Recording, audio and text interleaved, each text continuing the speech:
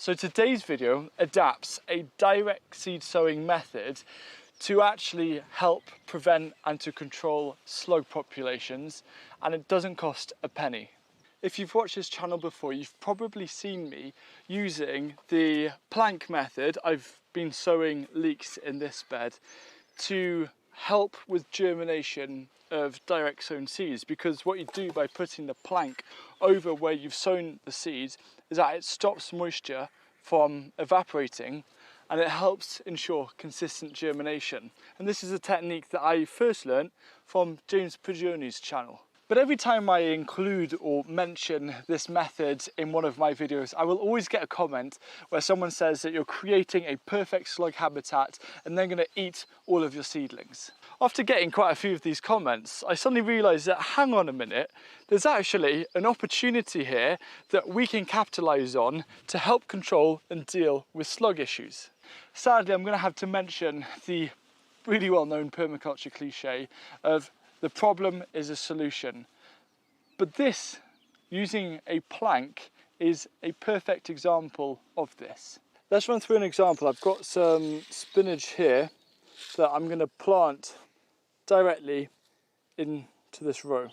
I've sown the row. Next up is just to gently cover the compost back over. After I've covered a row back over with compost, I then like to fairly firmly just press it down to make it all nice and secure. Help take out some of that air as well, can protect the seedlings against the frost a bit. So once that is done, it's then, if it's doing the method of the plank method, is placing the plank over the top. But this is where the actual turning the problem into a solution comes in, because the worry, which I totally understand, is that when you put the plank over the top and then you kind of keep an eye on it, and then after a few days you keep looking underneath and then you remove it once you first see seedlings, the worry is that there's going to be slugs hiding underneath the plank that will then eat the seedlings as they start coming through.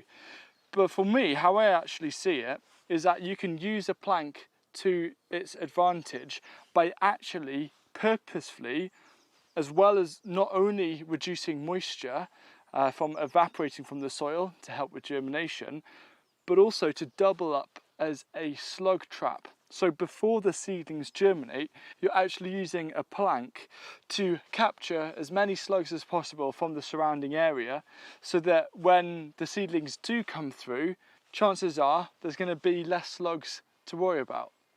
I'm just watering the tiny carrot seedlings that have just come through using the plank method.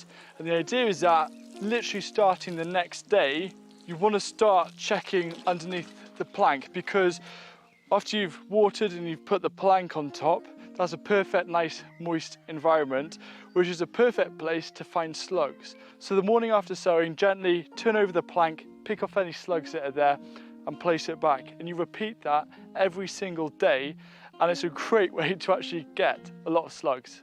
Up to this point in the video, I've just been talking about direct sowing. However, what about using this method if you're transplanting? Well, you follow the exact same principle, but instead of putting the plank down just after you've transplanted your seedlings, what you want to do is, once you've identified a place where you are going to be transplanting seedlings, especially those like salads that are susceptible to slugs, is a few days before, put down the plank in the area you want it, check every day up until transplant, and then that is another great way just to help remove some of the slugs from the area. The other thing that you can also do with planks is, if you actually spot slug damage in a certain area, you can put a bunch of planks down on your beds and your paths nearby, come back the next day, because if you think about it, when the slugs come out at night and munch on something, they then need a place or a home to return to. So by creating a lot of homes and habitats that are slug friendly and inviting, it's a really easy way to actually navigate potential onslaught. Imagine that that patch of spinach was having some slug damage. Well, what you do is late afternoon, go around with the watering can and water some areas nearby and around, and then place planks directly on top of these areas, because slugs don't want to hide in dry environments, they want that moisture. And then come back the following morning and chances are you will have caught the majority of the culprits.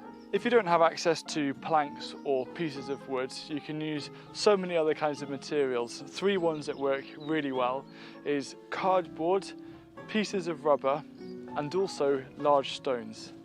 This method is so effective and it doesn't have to cost you anything to deal with issues in your garden. And another example of this is if you're struggling from things like aphids, black fly, flea beetles, cabbage white butterflies, this video here will show you the permaculture approach, which is 100% natural and also doesn't have to cost you anything, to dealing with pests in your vegetable garden.